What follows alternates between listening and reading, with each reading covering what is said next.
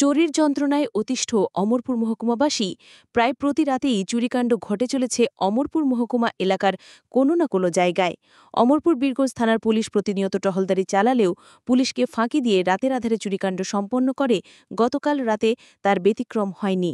অমরপুর বীরগঞ্জ থানার অন্তর্গত শঙ্করপল্লী এবং কাউমারা এলাকায় ৬টি বাড়িতে চোরের দল কোথাও জানালা ভেঙে, কোথাও দরজা ভেঙে ঘরে প্রবেশ করে ঘরে থাকা স্বর্ণালঙ্কার, নগদ অর্থ, ঘরের আসবাবপত্রসহ প্রয়োজনীয় কিছু কাগজপত্র নিয়ে যায়। এই ঘটনার খবর পেয়ে আজ সকালবেলায় অমরপুর বীরগঞ্জ থানার পুলিশ ঘটনাস্থলে যায় এবং চুরিকাণ্ডের তদন্ত শুরু করে। গতকাল রাতে চুরির সাথে জড়িত থাকা সন্দেহে সেই এলাকার একজন যুবককে আটক করে বীরগঞ্জ থানায় নিয়ে আসে চলছে জিজ্ঞাসাবাদ।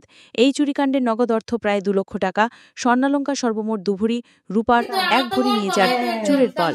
দেখুন বিস্তারিত।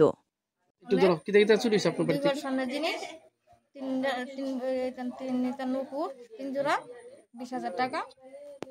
আপনার রাতে কই আসলেন? রাতে ২০,০০০ টাকা ছিলাম। ঘরে আসলেন না? না। সকালে কি দেখছেন? সকালে দেখছি দরজা মতো সব ভাঙা, তালা টালা। তোমরা কি ওর সন্দেহ হয় নাকি? সন্দেহ। পুলিশ আছেন আপনার বাড়িতে? আপনার নাম? কাজল দেবনাথ। এই জায়গাটা কোন জায়গা? কালোর বাগান, শঙ্করপল্লী। এখানে গিয়া কি জানি ঘরের মধ্যে একটা বালা ছিল।